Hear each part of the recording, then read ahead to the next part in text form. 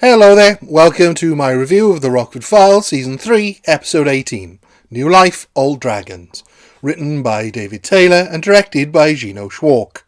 The episode begins at a bus depot, where a returning Charles Napier, this time playing Mitch Donner, is watching and waiting for the arrival of a Vietnamese man, who he and his fellow goon then proceed to chase. We then cut to Jim's trailer, where Rocky is arguing with Jim over the trailer needing a new paint job. A Vietnamese woman arrives, Pham Vam Mai, asking in broken English for Jim's help to find her brother, Pham Vam Vinh. Find missing person. Vinh missing. Who was supposed to be meeting her at the bus station, and we are able to put two and two together. No Vinh. I call sponsor. No answer. She gives Jim the name of their sponsor, Robert Coffey, but he isn't at home and Dennis is unwilling to help find him as there's an inspection going on, but relents. All I want to do is use the crisscross. Well, it's your neck. There's brass all over the place. Jim eventually ends up at a hospital kitchen looking for Coffey and Donna, but appears to be out of luck. Yeah, I was looking for Mitch Donner. He didn't report to work this morning. Oh, what about a Robert Coffey? You know him? Never heard of him. However, the man he talks to makes a call soon after, and we then see Donna and his fellow goon searching Jim's trailer. This opening gives us very little to go on, and what we do learn doesn't quite do enough to stir up that much intrigue. Most of what's happening is scene setting that doesn't really give us any reason to care about the mystery or any of the characters. This all changes in an instant when Jim checks into what they were doing at his trailer and finds Rocky unconscious, which for regular viewers immediately raises the stakes, but has also set up just enough that it makes sense to new viewers. Thankfully, Rocky is okay apart from a bump on the head, and Jim can't figure out why they wanted to search his trailer and didn't steal anything. We then cut back to the goons who have been torturing Vinh, and are both fluent in Vietnamese.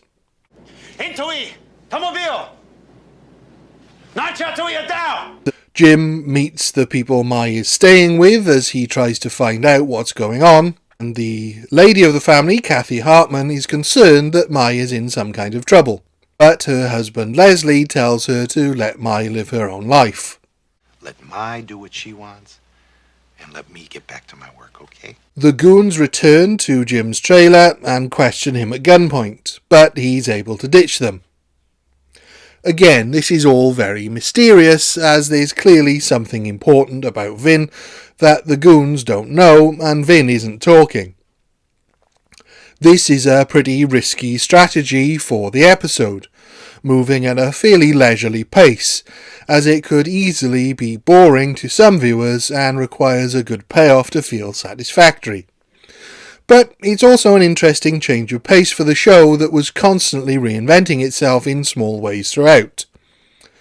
Jim meets with Mai again, this time demanding answers which she doesn't have, but she thinks it might be that some rangers who Vinh worked with in Vietnam are looking for revenge as they think that Vinh betrayed them, which she denies is the case. Jim returns to the hospital and finds out that Donna and the man he spoke to, Benson Kelly, also known as Robert Coffey, were actually friends but were never rangers. Mister, those two loafers were potato soldiers. They were quartermaster corps. Meanwhile, Vinh escapes, followed by Donna, to a friend, Nguyen's house. Jim and Mai shortly arrive, and Nguyen has already been beaten, and Vinh recaptured. Jim attempts to question Nguyen, but Mai wants him to keep quiet, which frustrates Jim, so he pushes for answers and finally gets the truth. She's rich. She has many American dollars. That is what they want. With the revelation that Mai has been lying to him from the start, Jim is ready to walk away, but Mai begs him to help.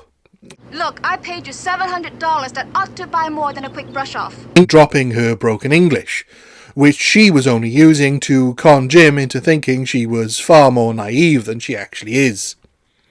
She reveals that Donna, Kelly, the third man, and a general were part of a gang who smuggled a huge amount of American cash out of Vietnam.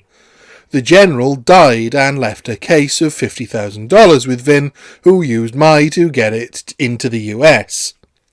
Jim then quickly gets a call from Kelly wanting to trade Vin for the $500,000 that Mai actually came to the US with.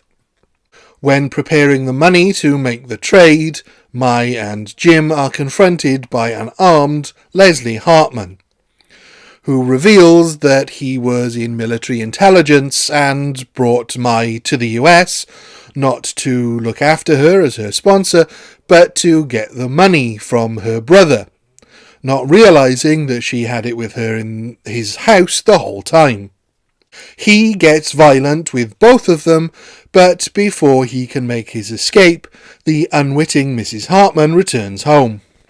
When Jim and Mai come to, Jim acts quickly to track down Mr. Hartman, knowing that he will have to fence the money, but in the process he's stopped short by the discovery of Mrs. Hartman's body.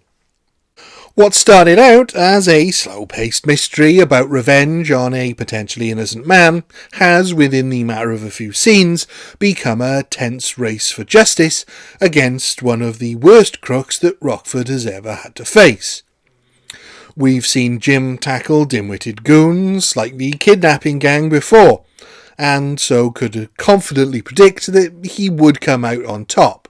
And even with Mai lying to him for most of the episode, he was still likely to end up one step or more ahead of the trio of bungling kidnappers. But with Mr. Hartman turning out to be a deeply wicked, calculating, and incredibly patient man, willing to murder his wife without hesitation, Rockford is now after a far more dangerous prey.